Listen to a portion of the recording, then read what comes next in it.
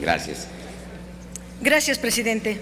Está resurgiendo la dictadura perfecta, como definió Vargas Llosa al sistema político mexicano, la de un presidencialismo sin fisuras que maneja a su antojo al Congreso, anulando en todo momento el equilibrio de poderes. La minuta de reforma financiera, que modifica 34 ordenamientos y crea la Ley de Agrupaciones Financieras. La minuta llegó al Senado y en una sola sesión se votó sin el análisis de sus implicaciones y se aprobará hoy sin modificarle una coma. En el PRD hemos propuesto en varias iniciativas y en varias legislaturas cambios de fondo al sistema financiero para que deje de ser solo un gigantesco negocio para sus propietarios y tenga como objetivo principal el otorgamiento de créditos para el desarrollo del país. Hemos propuesto medidas para propiciar la formación de bancos mexicanos, para crear una banca regional y especializada por sectores, para regular las operaciones de la banca extranjera y sus matrices, para evitar la concentración crediticia. Hemos propuesto iniciativas para abaratar los costos de los créditos, para que las tasas de interés que se pagan a los ahorradores sean positivas y no por debajo de la inflación como son ahora, para que las tasas que se cobran a los acreditados no sean usureras, para que se acabe con el abuso de los banqueros en los contratos amañados, para garantizar los derechos de los deudores.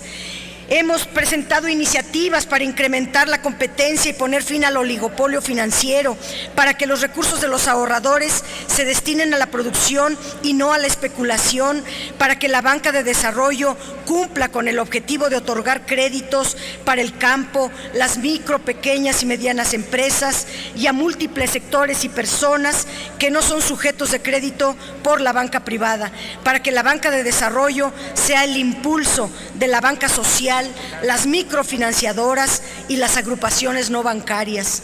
En breves palabras, para que el sistema financiero mexicano solucione el grave problema de estancamiento económico que padece México por falta de inversión productiva. El modelo de globalización del capital que comandan los mercados financieros desregulados y altamente especulativos no tiene como prioridad la expansión de la economía real. La recuperación de la producción está relegada a un segundo plano.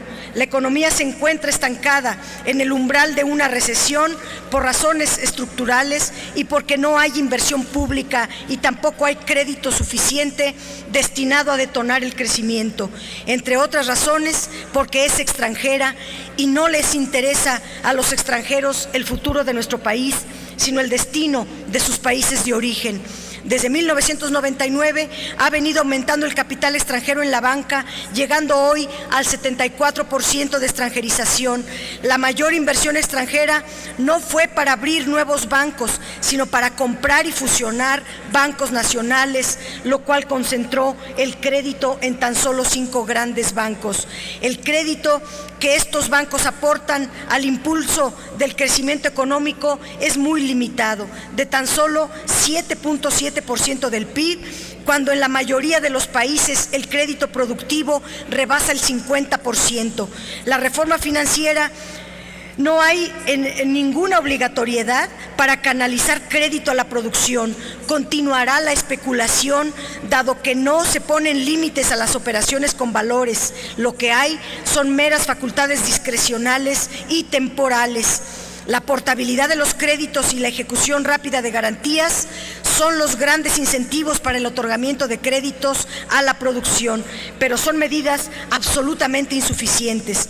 En la reforma financiera que presenta Enrique Peña Nieto, no solo no se ve interés por impulsar la mexicanización de la banca o al menos limitar a la banca extranjera, todo lo contrario, promueve la extranjerización ilimitada de todo el sistema financiero, lo que implica que las utilidades salgan a los países donde se asientan las matrices, es decir, que el ahorro de las y los mexicanos y de las empresas mexicanas financie a los países extranjeros.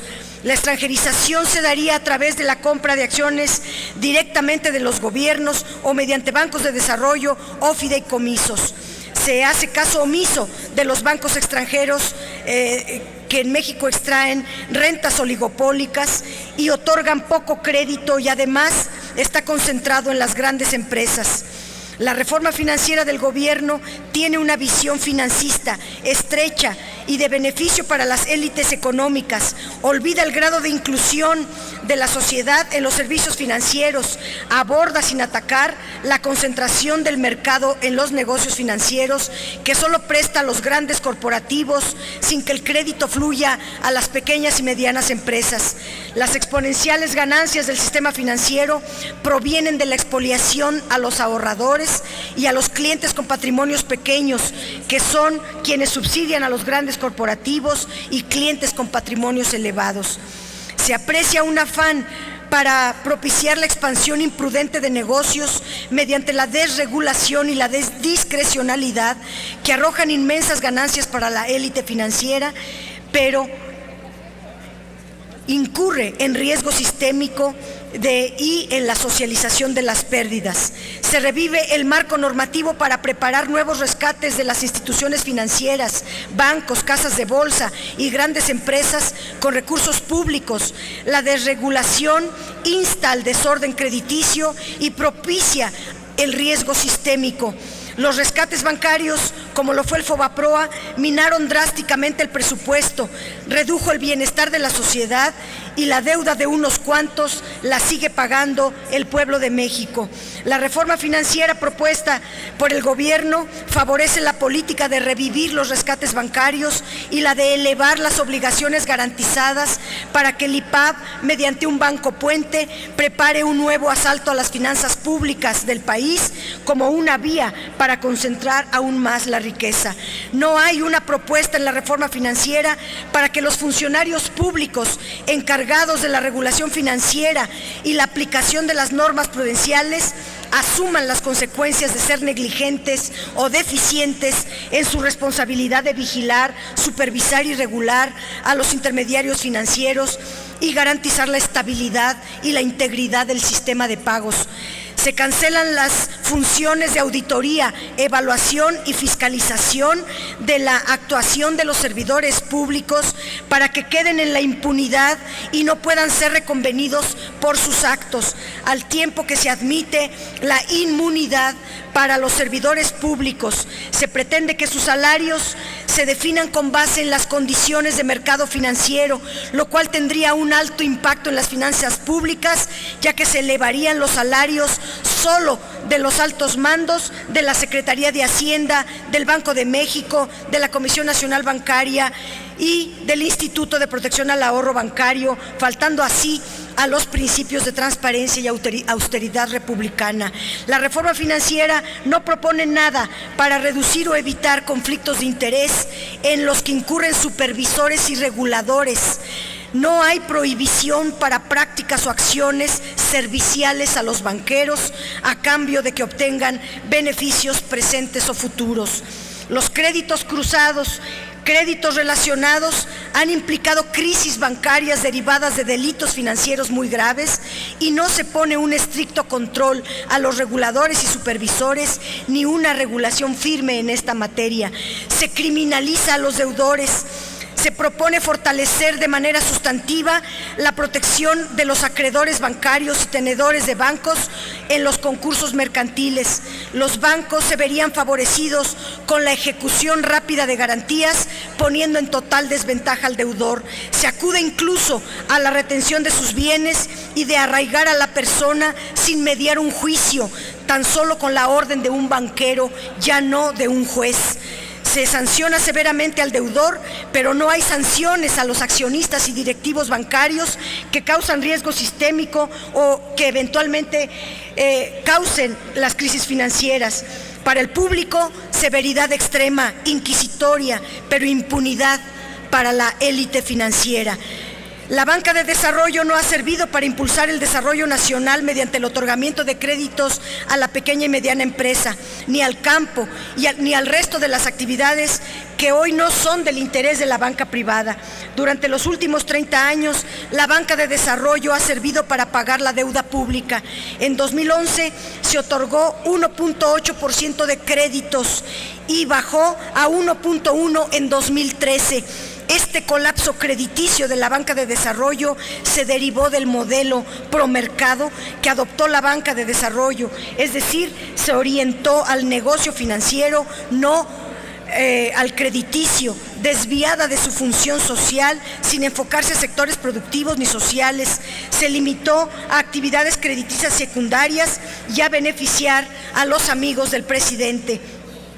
En los últimos años, la banca de desarrollo se ha especializado en fondear proyectos para las grandes empresas privadas, no de las pymes, ¿cuál es su función? Por ejemplo, el proyecto eólico Piedra Larga en Unión Hidalgo, Oaxaca, que mandó a hacer el grupo Bimbo de Lorenzo Servitje en sociedad con Desarrollos Eólicos Mexicanos, Demex, filial de Renovalia Energy de España. Demex y Bimbo aportaron el 30% del capital, mientras que el resto del financiamiento lo puso la banca de desarrollo a través del Fonadín, Nafin y Bancomext, así como a las filiales de México de empresas españolas como la Caixa y Santander, además del banco portugués Espíritu Santo, que fue financiado a través de la banca de desarrollo. Para los amigos del presidente, para las grandes empresas y para los extranjeros, sí hay créditos blandos de la banca de desarrollo, pero para el desarrollo del país no los hay. En la reforma financiera presentada por Enrique Peña Nieto se eliminan las restricciones que han permitido la sustentabilidad de los intermediarios financieros, se relajan las reglas de control, se flexibiliza el marco normativo para dejar a expensas de los grandes intereses privados que aprovecharán la captación en su beneficio, mientras que el gobierno asume los riesgos para convertirlos en deuda pública y sean pagados por los contribuyentes. Las medidas neoliberales han fracasado las últimas 3 décadas. La visión de esta reforma financiera es un remedio de las leyes de Estados Unidos que provocaron la crisis financiera de 2007 en ese país. Nuestro voto será en contra en lo general y en lo particular de los artículos que hemos reservado por considerarlos inconvenientes para nuestro país. Votaremos a favor de los temas que consideramos positivos y convenientes, de los que podríamos señalar la portabilidad de los créditos, prohibir las ventas atadas, fortalecer las facultades de la Conducef, el reforzamiento a la infraestructura de la venta de créditos de las sociedades cooperativas de ahorro y préstamo, se incrementa la capitalización de los intermediarios mediante la construcción de un banco de reservas de utilidades, se impulsa el papel de los certificados de depósito, se refuerza la infraestructura de los almacenes de depósito, se fortalecen las facultades de la Comisión Nacional Bancaria para evaluar el desempeño de las instituciones de crédito, se agiliza el proceso de resolución bancaria, se establecen medidas prudenciales, se pone mayor vigilancia a la transparencia de activos de alto riesgo, se vigilan las operaciones con partes relacionadas, se establecen suplementos de capital y muchas otras cuestiones que redundan en una reforma positiva. Sin embargo, en lo que he mencionado, en los temas que mencioné anteriormente, son la estructura, el tronco, el eje central de la reforma financiera, y por eso es totalmente inconveniente para nuestro país. Es cuanto.